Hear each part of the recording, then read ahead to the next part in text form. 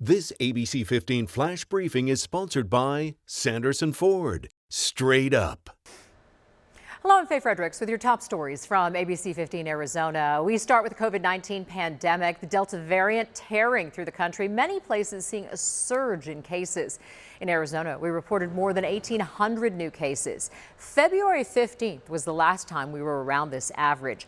COVID hospitalizations are up 40% from last week, and ICU bed use is up 17%. Nationwide, the U.S. daily average jumping to more than 72,000 cases a day. That's up by more than 500% since mid-June. On the vaccine front, 70% of adults in the U.S. have now received at least one dose of the coronavirus vaccine. The White House COVID-19 data director posted new numbers today touting that uptick in the number of newly vaccinated adults. It's up 63,000 people over the last week. According to the White House, the 7-day average of newly vaccinated is at its highest since July 4th. Governor Doug Ducey insists schools do not have the right to require masks because of a measure included in the most recent budget bill. So far, Phoenix Union High School is the only district to say they think they have the authority. But we know Phoenix Elementary and the Osborne district are both in talks with attorneys right now about their options. We have responsibilities to protecting the public health. We also have responsibilities to our local communities and to making the right decisions for all the things that I have to consider as a superintendent, including district liabilities and being a good steward of this district. Many districts do require masks on school buses under federal transportation requirements.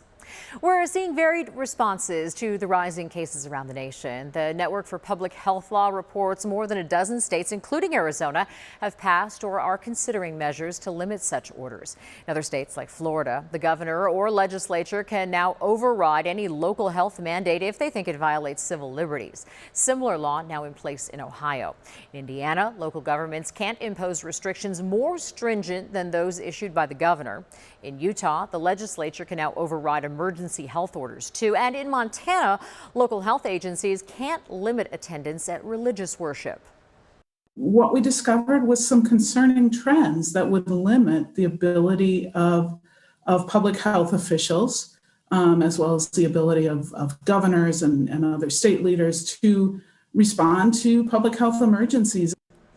The latest government figures show 30 states have vaccinated less than half of their eligible populations.